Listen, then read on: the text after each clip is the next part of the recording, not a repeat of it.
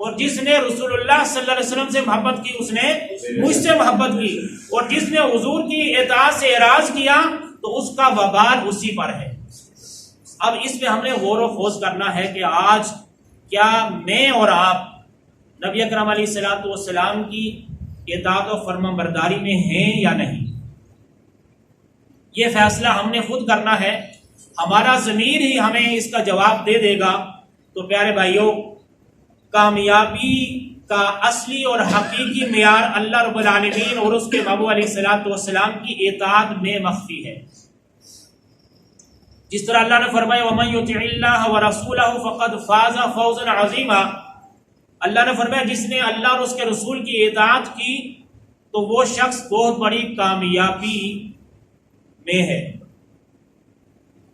اب جو فوزن عظیم، جو کامیابی کا جو تاج ہے، یہ اسی کے سر پر رکھا جاتا ہے جو پیک کرے تسلیم اور رضا بن کر اللہ تعالیٰ اور اس کے محبوب علیہ الصلوۃ والسلام کے ہر ارشاد کے سامنے بصد شوق بہزار مسرت سر نیاز کو جھکا لے۔ یہ فوزن عظیم، اسی کے سر پر یہ تاج سجایا جائے گا، اسی کو دنیا اور آخرت میں کامیابی نصیب ہوگی۔ اللہ نے فرمایا یا ایھا الذین آمنوا اتقوا اللہ وقولوا قولا سدیدا یصلح لکم اعمالکم ویغفر لکم ذنوبکم ومن یطع اللہ ورسولہ فقد فاز فوزا عظیما۔ اے ایمان والو، اللہ سے ڈرتے رہا کرو، اللہ سے ڈرتے رہا کرو اور ہمیشہ سچی اور درست بات کہا کرو۔ اللہ تعالیٰ تمہارے اعمال کو درست کر دے گا اور تمہارے گناہوں کو بھی بخش دے گا۔ کس بات پر؟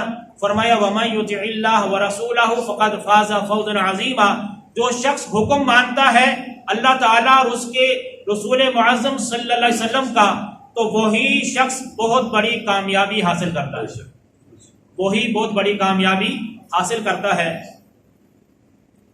تو پیارے بھائیوں، کامیابی کا حقیقی معیار قرآن حکیم کی اس آیت میں اللہ رب العزت نے واضح فرما دیا ہے کہ جو مسلمان بھی اللہ تعالیٰ اور اس کے محبوب پاک علیہ الصلوۃ والسلام کی اطاعت کرے گا تو وہ اپنی کامیابی دارین میں یقینی سمجھے، دنیا اور آخرت میں اپنی کامیابی کو یقینی سمجھے۔ اس آیت میں ہمارے لیے یہ پیغام ہے کہ اگر ہم اپنے عمل کو تقوی اور سچائی سے مزین کر لیں اور حق اور سچائی کو اپنا شعار بنا لیں تو اللہ تعالی ہمارے اعمال کو ہر کجی سے پاک فرما دے گا اور ہمارے اعمال کو اللہ اپنی بارگاہ میں شرف قبولیت بھی عطا فرمائے گا۔ اور اس سے پہلے جو ہم سے لغزشیں سرزد ہوئیں اللہ رب العالمین وہ بھی ہمیں معاف فرما دے گا۔ لیکن شرط کیا ہے کہ ہم اللہ اور اللہ کے محبوب علیہ الصلوۃ والسلام کی اطاعت و فرما برداری میں آ جائیں۔ پیارے بھائیوں، ہر مسلمان کی یہ تمنا اور خواہش ہوتی ہے کہ وہ آپ علیہ الصلوۃ والسلام کا یعنی حضور علیہ الصلوۃ والسلام کا قرب حاصل کر لے۔ اس کے لیے سب سے آسان راستہ نبی اکرم علیہ الصلوۃ والسلام کی اطاعت ہے۔ اگر ہم یہ چاہتے ہیں کہ ہمیں حضور کا قرب مل جائے کل قیامت والے دن، تو اس کا آسان راستہ کیا ہے؟ حضور کی اطاعت میں آ جائے۔ ایک صحابی رسول نبی اکرم علیہ الصلوۃ والسلام کی بارگاہ میں حاضر ہو کر عرض کرتے ہیں یا رسول اللہ صلی اللہ علیہ وسلم، میں آپ کو اپنی جان، مال، اہل و عیال، اپنے ماں باپ سے بھی زیادہ محبوب رکھتا ہوں۔ بات بڑی قابل غور ہے اور یہاں پر ہم نے اپنے آپ کو دیکھنا ہے۔ کیا عرض کرتے ہیں یا رسول اللہ، میرے ماں باپ، میرے اہل و عیال، میری جان مال سب آپ پر قربان۔ یا رسول اللہ، جب میں اپنے گھر میں اپنے اہل و عیال، اپنے بیوی بچوں کے ساتھ ہوتا ہوں تو شوق دیدار سے بے قرار ہو جاتا ہوں، یعنی اس وقت میں اپنے گھر میں ہوتا ہوں لیکن آپ کا چہرہ انور میرے سامنے نہیں ہوتا، میں بے قرار ہو جاتا ہوں اور آپ کا شوق دیدار جو ہے، آپ کی زیارت جو ہے وہ مجھے اتنی تڑپاتی ہے کہ میں دوڑا آپ کی بارگاہ میں حاضر ہو جاتا ہوں اور آپ کا چہرہ انور دیکھ کر میرے دل کو سکون مل جاتا ہے۔ یا رسول اللہ صلی اللہ علیہ وسلم، مجھے ڈر اس بات کا ہے کہ آج تو دنیا میں آپ کا چہرہ انور دیکھ کر اپنے دل کو تسلی تو دے دیتا ہوں، لیکن کل قیامت کے دن اگر میں جنت میں چلا بھی گیا، اب یہ صحابی رسول حضور کی بارگاہ میں عرض کر رہے ہیں، آج تو ہم اگر 5 وقت نماز پڑھ لیں تو ہم اپنے آپ کو سمجھتے ہم تو جنتی ہیں، اور حضور کے غلام اور حضور کا دیدار کرنے والے ایمان کی حالت میں اور حضور کی بارگاہ میں عرض کرتے ہیں یا رسول اللہ اگر میں جنت میں چلا گیا تو یا رسول اللہ آپ دیگر انبیاء کے ساتھ اعلیٰ درجات میں آپ فائز ہوں گے، یا رسول اللہ میں اس وقت آپ کا دیدار تو نہیں کر سکوں گا، یعنی میں اس مقام تک تو نہیں پہنچ سکتا، آپ کا دیدار تو نہیں کر سکتا۔ تو یہ بات مجھے کھائی جا رہی ہے۔ اب ان کی اس گفتگو پر اللہ رب العالمین نے قرآن حکیم کی اس آیت کریمہ کو نازل فرمایا، وَمَن يُطِعِ اللَّهَ وَالرَّسُولَ فَأُولَٰئِكَ مَعَ الَّذِينَ أَنْعَمَ اللَّهُ عَلَيْهِم مِّنَ النَّبِيِّينَ وَالصِّدِّيقِينَ وَالشُّهَدَاءِ وَالصَّالِحِينَ وَحَسُنَ أُولَٰئِكَ رَفِيقًا۔ اللہ رب العالمین نے فرمایا جو لوگ اللہ تعالیٰ اور رسول اللہ صلی اللہ علیہ وسلم کی اطاعت کریں گے یا اطاعت کرتے ہیں یا اطاعت کریں گے، وَمَن يُطِعِ اللَّهَ یہ مضارع کا صیغہ ہے، جو اطاعت کرتے ہیں یا اطاعت کریں گے وہ ان لوگوں کے ساتھ ہوں گے۔ سب سے پہلے اللہ رب العالمین نے جن کا ذکر کیا فرمایا انعم اللہ من النبیین، فرمایا وہ ان لوگوں کے ساتھ ہوں گے جن پر اللہ کا انعام ہو۔ وہ پہلے لوگ کون ہیں؟ انبیاء کرام ہیں۔ پہلے لوگ کون ہیں؟ انبیاء کرام ہیں۔ اور دوسرا فرمایا والصدیقین، وہ صدیقین کے ساتھ ہوں گے۔ تیسرا اللہ رب العالمین نے فرمایا والشہداء، وہ شہداء کرام کے ساتھ ہوں گے۔ اور چوتھا اللہ نے فرمایا والصالحین، وہ صالحین کے ساتھ ہوں گے۔ اور پھر اللہ رب العالمین نے فرمایا اچھے ہیں یہ رفیق جو کسی کو میسر آئیں۔ اور یہ بات میری تو نہیں ہے، یہ کسی علامہ کی تو نہیں ہے، یہ اللہ کا کلام ہے۔ یہ کیا ہے پیارے بھائیو؟ اللہ کا کلام ہے۔ اور اللہ نے اپنے محبوب علیہ الصلوۃ والسلام کے ایک غلام کی تمنا پر اس آیت کریمہ کو نازل فرمایا کہ میرے محبوب کے غلاموں اگر تم یہ چاہتے ہو کہ کل قیامت والے دن تمہارا بھی حشر انبیاء کے ساتھ ہو، صدیقین کے ساتھ ہو، شہداء کے ساتھ ہو، صالحین کے ساتھ ہو، تو اللہ فرما رہا ہے پھر تم اللہ اور اللہ کے رسول کی اطاعت و فرمانبرداری میں آ جاؤ۔ پیارے بھائیو، صحابی رسول صلی اللہ علیہ وسلم کو اپنے محبوب علیہ الصلوۃ والسلام کے قرب کی لگن میں جو پریشانی لاحق ہوئی اس کا ازالہ اللہ رب العالمین نے اس آیت میں فرما دیا کہ اگر تم محبت رسول میں سچے ہو، حضور کے ساتھ اگر آپ تمہاری محبت سچی ہے تو حضور علیہ الصلوۃ والسلام کی رفاقت حاصل کرنا چاہتے ہو تو رسول اکرم علیہ الصلوۃ والسلام کی اطاعت و فرما برداری کو اپنا اوڑھنا بچھونا بنا لو۔ تو کیا ہم یہ چاہیں گے کہ ہمارا بھی کل قیامت والے دن حضور کا قرب ہمیں نصیب ہو جائے؟ آواز دیکھیں نہیں آئی نا؟ ہم اس کا مطلب نہیں چاہتے، چاہتے ہیں؟ پھر آگے 4-5 لوگوں کی آواز آتی ہے۔ آپ کا اپنا، ہر ایک کا اپنا شوق ہے، کون کسے چاہتا ہے مرنے کے بعد اللہ کے حضور ہم نے پیش ہونا کہ نہیں ہونا؟ کہ ہمارا ایمان ہے کہ نہیں ہے؟ کیا ہم یہ نہیں چاہتے کہ ہمیں حضور کا قرب نصیب ہو جائے؟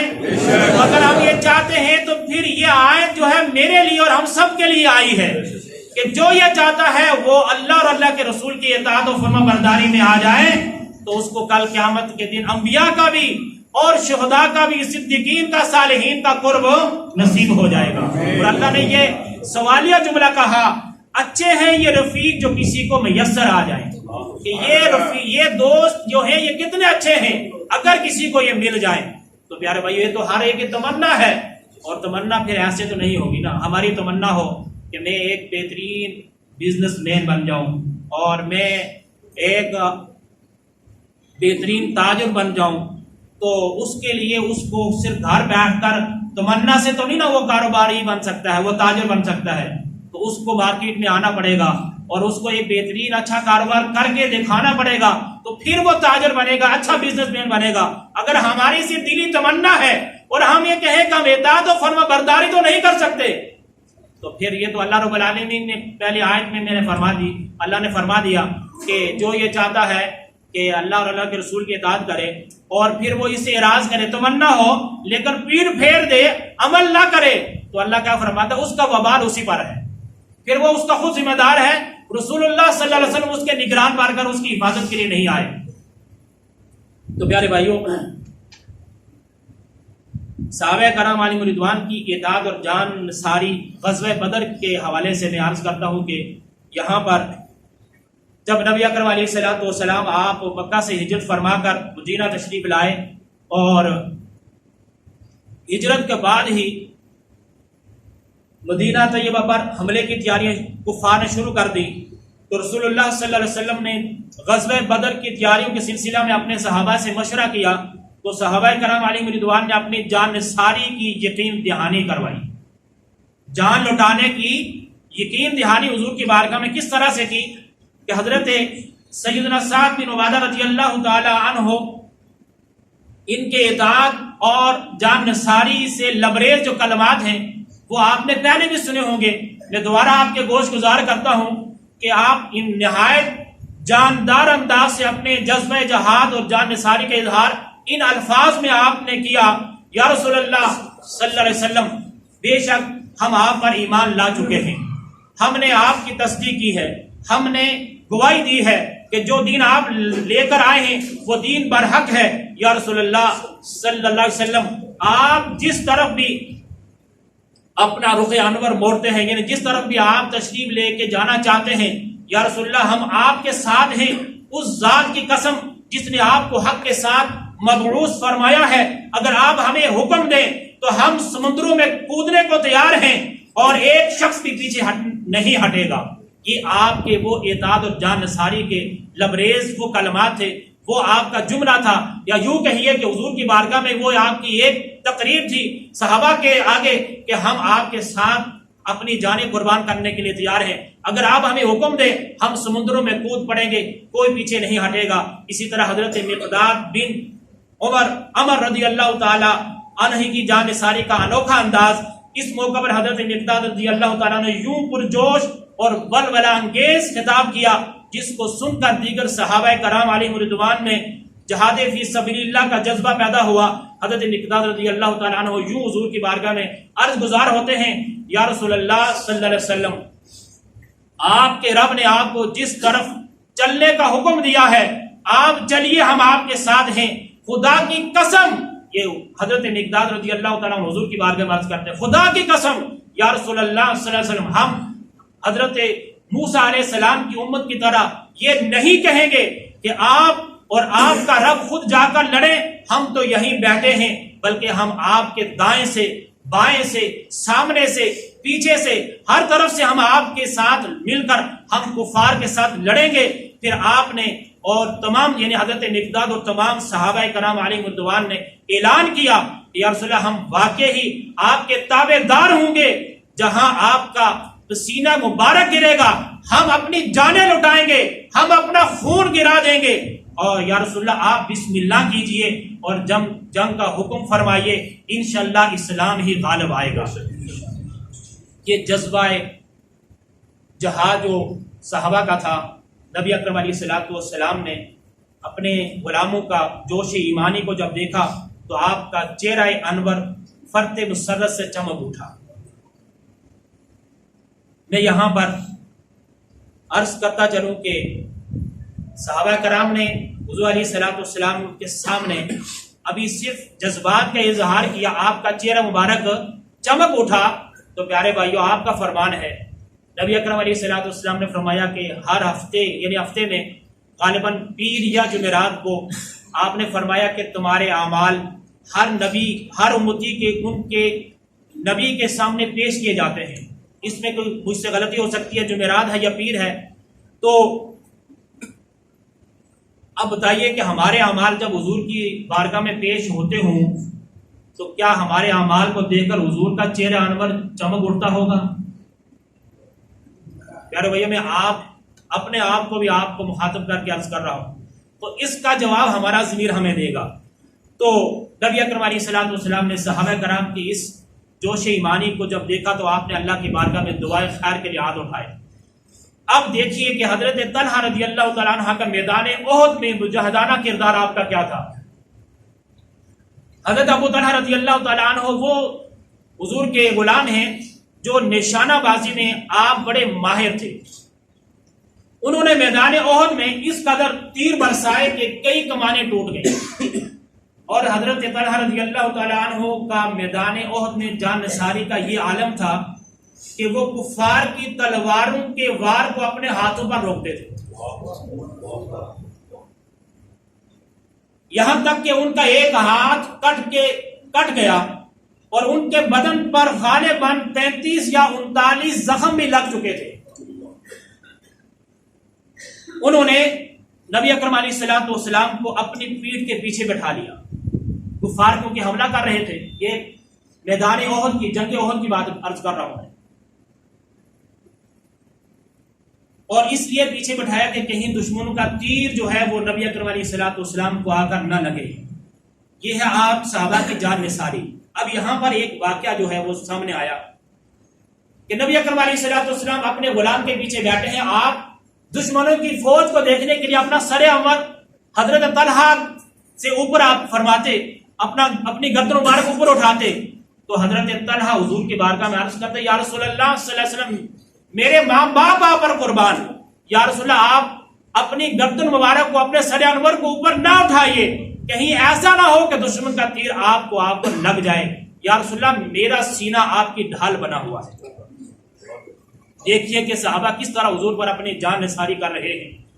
اور پیارے بھائیوں, اب اس غزوہ احد میں آپ اس بات کو آپ نے کئی بار سنا ہوگا کہ حضور علیہ الصلوۃ والسلام نے صحابہ کو جس مقام پر کھڑا کیا تھا فرمایا تھا کہ یہاں سے آپ نے ہلنا نہیں ہے. اب جس وقت کفار کو شکست ہونا شروع ہوئی تو وہ بھاگنا شروع ہوئے. جب انہوں نے میدان چھوڑ دیا تو جن صحابہ کو حضور علیہ الصلوۃ والسلام نے فرمایا تھا کہ یہاں سے تم نے ہلنا نہیں, اس جگہ کو چھوڑنا نہیں ہے, تو وہ کفار کو جب انہوں نے دیکھا کہ وہ بھاگ رہے ہیں مال غنیمت چھوڑ کر, تو یہاں پر انہوں نے نبی اکرم علیہ الصلوۃ والسلام کے حکم کی نافرمانی کرتے ہوئے وہ مال غنیمت کے لیے اترے. یعنی کہ نافرمانی کا یہاں میں نے جملہ اختیار کر دیا, ان کی یہ نافرمانی والی کوئی نیت تو نہیں تھی. انہوں نے دیکھا کہ کفار بھاگ گئے ہیں تو وہ نیچے اترے مال غنیمت کے لیے, لیکن حضور کا فرمان بھی انہوں نے عمل نہ کیا کہ وہاں وہ ٹھہرے نہ. تو وہ جو جنگ جو تھی, جو جیت رہی تھی, کفار نے دیکھا کہ مسلمان مال غنیمت کو لوٹنے کے لیے وہ مصروف ہیں, انہوں نے فوراً مسلمانوں پہ حملہ کر دیا. اب یہاں اس غزوہ احد میں 70 صحابہ اس وقت شہید ہوئے. نہ صرف صحابہ شہید ہوئے بلکہ خود نبی اکرم علیہ الصلوۃ والسلام بھی زخمی ہوئے, آپ کا دندان مبارک بھی شہید ہوا. تو یہاں ہوا پھر کیا, میں سے جو بات جو عرض سمجھانا چاہ رہا ہوں وہ یہ کہ صرف اتنی بات کہ صحابہ نے مال غنیمت کے لیے وہ جگہ چھوڑ دی تو ان کو نقصان ہوا. تو پیارے بھائی, آج تو ہم سر سے لے کر پاؤں تک ہم تو حضور کی اطاعت میں تو ہے ہی نہیں. تو اب ہوا کیا یہاں پر, اب جہاں پر صحابہ کی جان نثاری دیکھیے کہ صحابہ نے جب دیکھا کہ حضور علیہ کفار نے مسلمانوں پہ بھی حملہ کر دیا, بہت سارے صحابہ بھی شہید ہو رہے ہیں, اور صحابہ نے دیکھا کہ کفار حضور علیہ الصلوۃ والسلام کی طرف تیر برسا رہے ہیں اور آگے بڑھ رہے ہیں, اور ممکن ہے کہ کفار حضور علیہ الصلوۃ والسلام کو گھیرے میں لے لیں.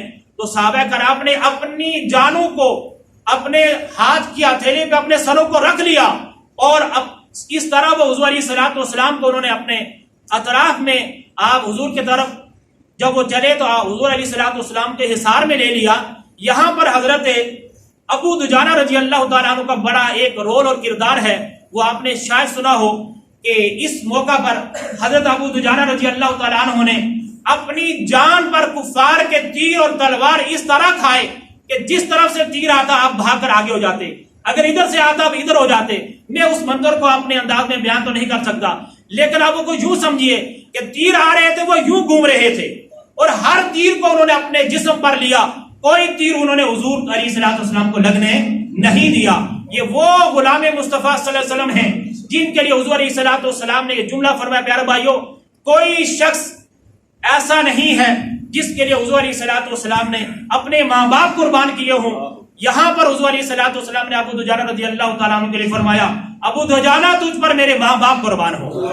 یہ وہ ابو دجانہ رضی اللہ تعالیٰ عنہ ہیں, یہ وہ صحابی رسول ہیں. صحابہ نے کس طرح اپنی جانوں پر کھیل کر نبی اکرم علیہ الصلوۃ والسلام کی حفاظت کی. تو پیارے بھائیوں, آج ہم نبی اکرم علیہ الصلوۃ والسلام کی سنتوں کو پامال کر رہے ہیں, اور آج ہمیں کوئی اس کی یعنی پرواہ نہیں ہے کہ نبی اکرم علیہ الصلوۃ والسلام کی سنتیں پامال ہو رہی ہیں. تو پیارے بھائیوں, موضوع تو بڑا طویل ہے, لیکن میں اس کو اختصار کرتے ہوئے یہاں چند ایک چیزیں عرض کرتا چلوں. جہاں صحابہ کرام نبی اکرم علیہ الصلوۃ والسلام کی اطاعت و فرما برداری کی جو والہانہ محبت و عقیدت تھی کہ اس قدر آپ کو صحابہ کو آپ سے محبت تھی کہ نبی اکرم علیہ الصلوۃ والسلام کا کوئی بھی عمل وہ اپنے ہاتھ سے جانے نہیں دیتے تھے. میں عرض کرتا ہوں مختصر کر کے, اور یہاں تک کہ جو کھانا نبی اکرم علیہ الصلوۃ والسلام نے پسند فرمایا صحابہ اس کھانے کو پسند کرتے تھے. اور جس جگہ پر نبی اکرم علیہ الصلوۃ والسلام نے آپ نے نماز پڑھی ہو تو صحابہ, یا جس جگہ پر حضور علیہ الصلوۃ والسلام تشریف فرما ہوئے, صحابہ اس جگہ کو واجب الاحترام سمجھتے تھے. اس جگہ کو کیا کرتے تھے؟ واجب الاحترام. یہ صحابہ کا عقیدہ ہے. حضرت عبداللہ بن عمر رضی اللہ تعالیٰ عنہما, یہ بخاری شریف کی طویل حدیث ہے کہ صحابہ کرام اس قدر ان جگہ کو تلاش کرتے جہاں پر نبی اکرم علیہ الصلوۃ والسلام نے نماز پڑھی ہے, جہاں آپ جلوہ افروز ہوئے. یہ صحابہ کا طریقہ ہے اور یہ صحابہ نے ہمیں سکھایا ہے. یہ بخاری شریف کی طویل حدیث کا مختصر میں خلاصہ عرض کرتا ہوں کہ حضرت عبداللہ بن عمر جب آپ مکہ کی طرف جاتے عمرہ کے لیے یا حج کے لیے, تو راستے میں ان مقامات پر اتر کر حضرت عبداللہ ابن عمر رضی اللہ تعالیٰ عنہما نماز ادا کرتے جہاں جہاں پر نبی اکرم علیہ الصلوۃ والسلام نے جن مقامات پر آپ نے نماز پڑھی یا جن جگہ پر حضور علیہ الصلوۃ والسلام جلوہ افروز ہوئے. یہ صحابہ کرام کی یہ عقیدت اور یہ محبت تھی. ان جگہوں پر آپ جا کر نماز ادا کرتے. اور کسی نے کیا خوب لکھا ہے کہ وہ راہیں اب تک سجی ہوئی ہیں, دلوں کا کعبہ بنی ہوئی ہیں, جہاں جہاں سے حضور گزرے ہیں نقش اپنا جما کر. تو پیارے بھائیو, یہ تو بات یہاں تک نہ رہی, بلکہ صحابہ کرام کی تعظیم کا یہ عالم تھا کہ یہ واقعہ بھی آپ نے کئی بار سنا ہوگا. صلح حدیبیہ کے موقع پر جب عروہ بن مسعود کفار کی طرف سے سفیر بن کر حضور علیہ الصلوۃ والسلام کی بارگاہ میں حاضر ہوا, تو اس نے واپس جا کر اپنا چشم دید واقعہ کفار کو, قریش مکہ کو اس نے یوں بیان کیا ہے کہ جس کا خلاصہ یہ ہے, اس نے کہا خدا کی قسم میں نے کیسر و کسریٰ اور بڑے بڑے بادشاہوں کے دربار دیکھے ہیں, یعنی میں ان درباروں میں گیا ہوں اور میں نے کسی بادشاہ کے درباری کو اس بادشاہ کی تعظیم کرتے ہوئے نہیں دیکھا جتنی تعظیم میں نے محمد مصطفیٰ صلی اللہ علیہ وسلم کے غلاموں کو دیکھا ہے. اور وہ کیا تھا ادب و احترام, وہ تعظیم کیا تھی؟ وہ اس عروہ بن مسعود کہتا ہے کہ جب ان کے یعنی محمد مصطفیٰ صلی اللہ علیہ وسلم اپنا تھوک مبارک ہونٹوں سے جدا کرتے ہیں تو ان کے غلام اس تھوک مبارک کو اپنے ہاتھوں پر لے لیتے ہیں, نہ کہ ہاتھوں پر لیتے ہیں بلکہ اس کو اپنے چہرے پر ملنا سعادت سمجھتے ہیں. اور وہ یہ بھی کہتا ہے کہ جب حضور علیہ الصلوۃ والسلام ان کو اپنے غلاموں کو کسی کام کے لیے حکم دیتے ہیں تو ہر ایک لبک پڑتا ہے کہ اس کام کو آگے بڑھ کر میں کروں. اور یہاں تک کہ جب حضور وضو فرماتے تو وضو کا پانی صحابہ اپنے ہاتھوں پر لیتے, اور جس کو وہ پانی میسر نہ ہوتا وہ اس دوسرے کے ہاتھ پر مس کر کے اپنے چہروں پہ ملتے. تو پیارے بھائیو, یہ مسئلہ ہے فقہ کا کہ ہمارے وضو کا جو پانی ہے یہ مستعمل ہے. یہ کیا ہے؟ مستعمل کا معنی ہوتا ہے یعنی وہ پانی پاک تو ہے لیکن پاک کرنے والا, بولیے تو صحیح, ہمارے چہرے, ہمارے بازو کا, پاؤں کا جو پانی جو ہم وضو کرتے ہیں وہ پانی پاک تو ہے, آپ اس سے تو کپڑا دھو سکتے ہیں. اگر اس پانی کو آپ کہیں سٹور کرتے ہیں, کسی برتن میں آپ وضو کرتے ہیں, اس پانی سے آپ کپڑا تو دھو سکتے ہیں, وہ پاک تو ہے لیکن پاک کرنے والا نہیں ہے. اسی لیے یہ مسئلہ یاد رکھے کہ آپ جب چہرہ دھوئیں تو وہ مسجد سے باہر اس کو خشک کر کے آئیں تاکہ آپ کا وہ پانی چہرے کا مسجد کی چٹائیوں پر نہ گرے. تو اب یہاں پر میرے اور آپ کے کریم آقا علیہ الصلوۃ والسلام نے صحابہ کو تو یہ نہیں فرمایا صحابہ یہ تم کیا کر رہے ہو، اس پانی کو مل رہے ہو، قرآن کی کوئی آیت نازل نہیں ہوئی. تو صحابہ اس قدر نبی اکرم علیہ الصلوۃ والسلام کی تعظیم کرتے تھے. میں یہاں پر آخری واقعہ عرض کرتا چلوں. میدان خیبر میں ایک یہودی نے صحابہ کرام سے پوچھا، یہودی عورت نے، کہ حضور علیہ الصلوۃ والسلام کون سا گوشت کھانا پسند کرتے ہیں؟ تو صحابہ نے فرمایا کہ آپ دستی کا گوشت کھانا پسند فرماتے ہیں. کون سا گوشت؟ دستی کا. اس یہودی عورت نے یہ اندازہ لگایا یہ یہودی شروع سے ہمارے آقا کے اور مسلمان کو دشمن ہے، یہ آج کی بات نہیں ہے. تو اس نے دستی کا گوشت تیار کیا اور اس گوشت کے اندر ظالمانہ زہر ڈالا. جب حضور علیہ الصلوۃ والسلام کھانے کے لیے تشریف لائے تو آپ کے غلام بشر بن معروف رضی اللہ تعالیٰ عنہ آپ نے جلدی سے بوٹی اٹھائی اور منہ میں ڈالی. تو آپ کو محسوس تو ہو گیا کہ اس میں زہر ہے، آپ کو محسوس ہو گیا اس میں زہر ہے، اور آپ نے اس کو حضور علیہ الصلوۃ والسلام کے سامنے ابکنے کے بجائے آپ نے اس کو فوراً نگل لیا کہ میرے محبوب علیہ الصلوۃ والسلام کو یہ برا لگے گا. آپ نے نگل لیا تو آپ تڑپنا شروع ہوئے. جب حضور علیہ الصلوۃ والسلام نے کھانے میں ہاتھ ڈالا تو زہر بول پڑا، وہ گوشت بول پڑا، یا رسول اللہ میرے اندر زہر ہے. تو جب حضرت بشر بن معروف تڑپنے لگے تو حضور علیہ الصلوۃ والسلام نے ان سے پوچھا کیا بشر تجھے معلوم نہ ہوا، یعنی تجھے محسوس نہ ہوا جب تو نے اپنے منہ میں گوشت ڈالا تو یہ معلوم نہ ہوا کہ اس میں زہر ہے؟ اب تعظیم دیکھیے حضور علیہ الصلوۃ والسلام کی. پیارے بھائیوں کہ صحابی رسول حضور کی بارگاہ میں کیا عرض کرتے ہیں، یا رسول اللہ صلی اللہ علیہ وسلم میں نے اس کو گوارا نہ کیا کہ آپ کی طبیعت کے یہ مخالف ہے، آپ کو برا لگے گا کہ میں اس کو بک لوں، میں اس کو اپنے ہاتھ میں لے لوں. میں نے اس تعظیم کی خاطر اس کو نگل لیا. پیارے بھائیوں قرآن کی کوئی آیت نازل نہیں ہوئی، حضور علیہ الصلوۃ والسلام ناراض نہیں ہوئے، اس قدر تعظیم کے صحابی نے تڑپ کر جان دے دی، لیکن حضور کی بارگاہ میں بے ادبی نہیں ہونے دی کہ میرے محبوب کو یہ گراں گزرے گا، حضور کو برا لگے گا میں اس کو اپنے ہاتھ پہ لے لوں. یہ ہے تعظیم مصطفیٰ صلی اللہ علیہ وسلم. تو عرض کرنے کا مقصد صرف یہ ہے کہ صحابہ کرام پیارے بھائیوں آج بھی اس امت کے امام اور رہبر ہیں، اور صحابہ کے ایمان کو ہی اللہ رب العالمین میں نے آنے والے ہم سب کے لیے آپ کے ایمان کو ہمارے لیے ماڈل قرار دیا ہے. اور اللہ رب العالمین نے قرآن کی کئی مقامات پر فرمایا رضی اللہ عنہ ورضوا عنہ، اللہ ان سے راضی ہے اور وہ اللہ سے راضی ہے. تو آج پیارے بھائیوں ہم صحابہ کرام کی اس جذبہ دار ساری کو دیکھتے ہوئے ہم ان کو اپنے لیے مشعل راہ بنا سکتے ہیں، بلکہ ہمیں یہی بنانا بھی چاہیے، اور یہی اسی میں ہماری کامیابی ہے. تو میں نے شروع میں عرض کیا تھا کہ محبت رسول صلی اللہ علیہ وسلم ہمارے ایمان کا لازمی حصہ ہے، اس کے بغیر ہمارا ایمان مکمل نہیں ہو سکتا. تو کسی نے ایک شعر کے اندر اس بات کو مکمل کر دیا، دامن مصطفیٰ سے جو لپٹا یگانہ ہو گیا، جس کے حضور ہو گئے اس کا زمانہ ہو گیا. تو پیارے بھائی اگر ہم یہ چاہتے ہیں کہ ہم دنیا اور آخرت میں کامیاب ہو جائیں تو پھر پیارے بھائیوں ہمیں اللہ اور اللہ کے رسول علیہ الصلوۃ والسلام کی اطاعت و فرمانبرداری میں آنا ہوگا، اپنے آپ کو اس میں ڈالنا ہوگا. یاد رکھیے کہ قبر کے اندر مرنا تو ہے، ابھی نہیں تو کل ایک دن موت آ جانی ہے. بلکہ ابھی میرے ذہن میں ایک بات بھی اسپیس کے حوالے سے یاد آئی کہ یہاں ایک نوجوان جو کہ باہر جانا چاہ رہا ہے، اس نے دکان بھی بیچ دی اور اس کے والد صاحب چائنا سے یعنی کہ انہوں نے کوئی سامان بھی منگوایا، چند روز قبل وہ دنیا سے پردہ پا گئے. تو پیارے بھائیو انسان جو کچھ سوچتا ہے وہ اللہ کی بارگاہ میں کچھ اور ہی منظور ہوتا ہے. اس لیے ہم نے مرنا تو ہے، قبر کے اندر حضور نے آنا ہے. بس یہ یاد رکھیں کہ قبر کے اندر حضور نے تشریف لانا ہے، ہم نے یہ منہ اپنے آقا کو دکھانا ہے.